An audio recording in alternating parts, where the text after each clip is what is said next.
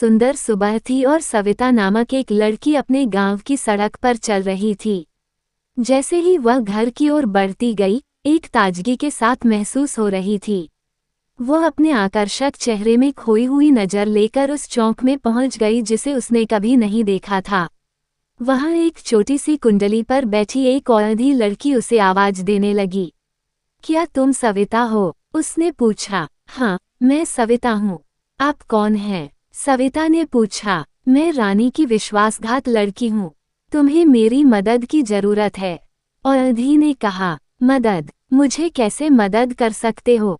सविता ने अचंभित होकर पूछा। मैं तुम्हें एक राज बता सकती हूँ, एक जादुई राज जिसे उसे बाद में जानने के लिए तुम्हें एक क्षेत्र में जाना होगा। मुझे विश्वास है कि तुम उसे हल कर सकती हो, औंधी ने कहा। जैसे ही औंधी ने ऐसा कहा, सविता का दिल ऊंचा हो गया। वह तुरंत वहां से हटकर उस क्षेत्र की ओर चल दी। रास्ते में उसने जादूगर और बाघ जैसे दिव्य प्राणी भी देखे, लेकिन उसने नहीं डरा और अपने लक्ष्य की ओर बढ़ते रहे। अंततः उसने उस क्षेत्र में पहुंचते हुए देखा कि एक बड़े पेड़ के नीचे एक औरत खड़ी है जो एक बोतल में अंगूर ताड़ रही है। औंधी ने सविता से कहा, उस औरत के पास जाओ और उस बोतल को उसके हाथ से छीनकर मुझे दिखाओ। सविता ने स्वीकार कर उस औरत के पास जाकर बोला, मुझे ये बोतल दें। औरत ने चिंता से सविता को देखा और उस बोतल को दिया। तुरंत ही वह बोतल औंधी की ओर ले गई। औंधी ने बोतल की खुली हुई धाक उठाई और उसमें एक चमकदार रत्न निकला। वह रत्न एक जादुई ज़ाहिरा था जिसकी शक्ति से वह जादू कर सकती थी। धन्यवाद सविता, तुमने मेरी मदद की। अब मैं इस ज़ाहिरा की मदद से राज में निपट सकती हूँ, औंधी ने कहा। सविता की आंसुओं से भरी हुई आंखों ने वह सच्चाई स्वीकार की कि वह एक जादुई लड़की है। वह अब जानती थी कि उसकी जिंदगी में एक नया चरित्र घुस गया था। सविता औंधी के पीछे उस राज में चली गई जहां वह एक शक्तिशाली रानी से मुकाबला करने के लिए तैयार हो गई। रानी ने उसे कई मुश्किलें डाली, लेकिन सविता ने उन्हें जादू करके हराया। उसने अपनी असीम शक्ति का प्रयोग करके राज को सुरक्षित कर लिया। औंधी ने उसमें तारीफ की। ब्रावो सविता, तुमने मेरे साथ इस मामले को सुलझाने में मेरी मदद की। तुम सचमुच एक जादुई लड़की हो। सविता ने गर्व से सिर उठाया और कहा, धन्यवाद औंधी, मैं हमेशा आपकी सेवा में हूँ। औंधी ने उसे एक बाग भरी खजाने से सम्मानित किया और उसे अपने गांव लौटने के लिए भेज दिया। उसने गांव की ओर पलटते हुए एक स्मरणशील मुस्कान के साथ अपने नए उज्जवल भविष्य की ओर चलना शुरू किया। इस तरह सविता ने अपनी जादुई शक्तियों का प्रयोग करके खुद को दिखाया कि वह एक सामान्य लड़की नहीं, बल्कि एक जादुई लड़की है जिसकी शक्तियां किसी भी समस्या को हल कर सकती हैं। वह एक सच्ची माया नायिका बन गई और समय उसने की बात जिंदगी है, के हर एक मोड़ पर गांव अपनी में एक एक लड़की लड़की रहती रहती थी जिसका नाम था मिताली। मिताली को जन्म के समय विश्वास हुआ था कि वो किसी विशेष क्षमता से बर्दाश्त करती है। उसका परिवार उसे अपनी विशेषाधिकारों के बारे में बताता रहा, लेकिन वह हमेशा इसे अनदेखा कर देती थी। एक दिन गांव में कोई बड़ी मुश्किल आ गई। एक राक्षस ने गांव को बर्बाद करने की दिशा में कदम बढ़ा दिया था। लोग डरे हुए थे और कोई भी उनकी आगे बढ़ने की हिम्मत नहीं कर रहा था। मिताली ने इस समस्या का सामना करने का निश्चय किया। वह जानती थी कि उसकी विशेष शक्तियां उसे इस कठिनाई से निपटने में मदद कर सकती हैं। मिताली ने ध्यान लगाकर एक विशेष मंत्र का जाप किया और अपनी आत्मा को शक्तिशाली कर दिया। उसके शरीर में एक अजीब सी किरण चमकने लगी। उसकी आंखें हरे भरे रंग की हो गईं और उसके हाथों में चमकती हुई हथियार सा आ गया। मिताली को अब वह शक्ति मिली थी जो उसे एक सुपरहीरो की भांति बनाती थी। वह अपने गांव के लिए लड़ने की तैयारी करने लगी। रात के अंधेरे में वह राक्षस के साथ मुकाबले के लिए निकली। उसने उसे इतना मजबूती से पकड़ा कि राक्षस हैरान रह गया।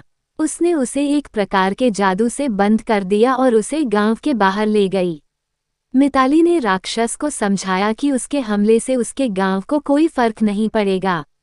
उसने उसे धरती में एक गहरा गड्ढा खोदने की सजीव सजा दी। राक्षस निराश होकर भाग गया। गांव वाले मिताली को बड़ी ईर्ष्या से देखते रहे।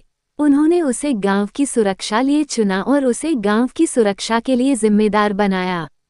मिताली ने गांव में शांति और सुरक्षा लाने में अपनी शक्तियां इस्तेमाल की।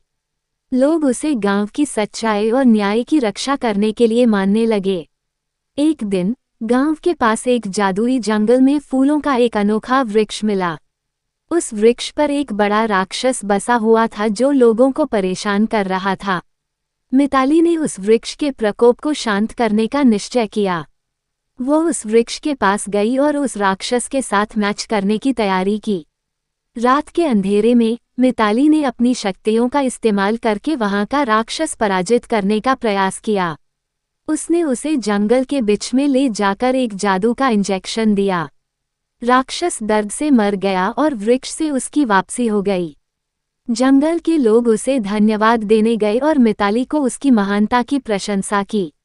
मिताली ने वहां का आदर्श और न्याय की रक्षा कर आत्मसम्मान को समझाया। गांव में मिताली का नाम आज भी श्रद्धा से लिया जाता है। लोग अब भी उसकी विशेष शक्तियों की प्रतिष्ठा करते हैं और उसे सुपरहीरो की भांति सम्मानित करते हैं।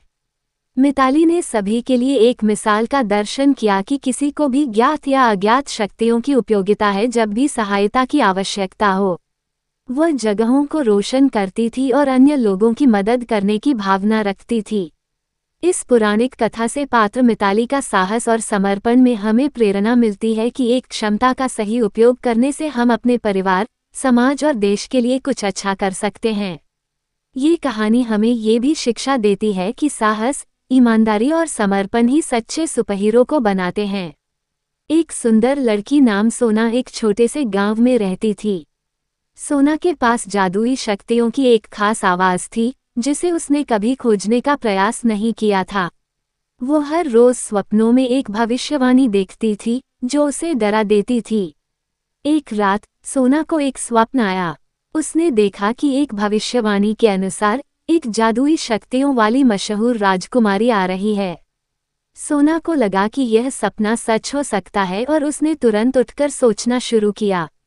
उसने एक पुरानी किताब खोली और देखा कि राजकुमारी के आने का समय आ गया है। सोना ने तुरंत एक जादुई दीवार के पहरे की खोज की और उसमें छुपाई की। जैसे ही वह उसे छूका, एक पंडित आकार लेकर सोना के सामने आ गया। पंडित ने कहा, तुम वह लड़की हो जिसमें जादुई शक्तियां हैं। तुम्हें वह दीवार छूने का शक्ति मिली है जो तुम्हें राजकुमारी के साथ जोड़ेगी। सोना थोड़ी हैरान थी, पर उसने पहले सवाल किया, राजकुमारी कौन है और मेरे साथ क्या काम है? पंडित ने समझाया, राजकुमारी एक बुरा राक्षस सर के लिए आ रही है और तुम्हें उसके खतरे से बचाने की जिम्मेदारी है। तुम्हें जिम्मेदारी और साहस की आवश्यकता होगी। सोना ने स्वीकार कर लिया और उसने राजकुमारी की खोज में निकल लिया।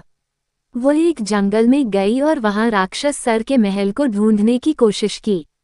जंगल में सोना ने अनेक जादुई कठिनाइयों का सामना किया, पर उसने हमेशा हार नहीं मानी। एक दिन उसने राक्षस सर के महल की पहचान कर ली और वहां घुस गई। राक्षस सर का महल भयानक था, पर सोना ने अपनी जादुई शक्तियों का इस्तेमाल करके उसकी चुनौतियों का सामना किया। उसने राक्षस सर का मुकाबला किया और उसे हरा दिया। राक्षस सर के मारने से राजकुमारी अपनी असली रूप में प्रकट हुई और उसने सोना को धन्यवाद दिया। दोनों ने एक दूसरे को गले लगाया और एक भाई बहन की भावना से एक दूसरे के साथ खुशियों के पल बिताए। सोना स्वप्न से जाग उठी और देखा कि वह अपने घर में थी। उसने ताजगी से आंखें खोली और महसूस किया कि उसने एक जादुई सफलता हासिल की है। सोना ने खुद को एक सच्ची मजबूत लड़की मान लिया और अपने कर्तव्य का निर्वहन करने के लिए तैयार हो गई। उसने यह महसूस किया कि उसकी जादुई शक्तियों ने उसे एक नई दिशा दी है और उसे अपने जीवन की सभी मुश्किलों का सामना करने की शक्ति दी है। सोना ने अपनी जिंदगी के लिए एक नई शुरुआत की और सपनों की पूर्ति के लिए मेहनत की। उसने सच्चाई में अपनी शक्तियों को स्वीकार कर लिया और जीवन के हर क्षण को उत्साह से जीने का निर्णय लिया। इस तरह सोना ने सपनों की राजकुमारी बनकर खुद को पुनः खोज और अपने असली पोटेंशियल को खोजने का निर्णय किया। उसने सभी कठिनाइयों का सामना किया और उन्हें पार करके अपने लक्ष्यों की दिशा में बढ़ने का साहस दिखाया। सोना ने अपनी जादुई शक्तियों को सही तरीके से इस्तेमाल कर लिया और एक महान योद्धा बन गई। उसने देखा कि सपने सच हो सकते हैं, अगर आप उन्हें सकारात्मकता और मेहनत के साथ जीतने का निर्णय करते हैं। और ऐसे ही सपने और कहानियों को सुनते हुए सोना ने अपनी असली शक्तियों को पहचान लिया और उन्हें बढ़ावा देने के लिए अपने जीवन के सभी क्षेत्रों में उपयोग किया। उसने एक सच्ची राजकुमारी की तरह सपनों को पूरा किया और अपनी जीवन की कहानी को एक मिसाल बनाया।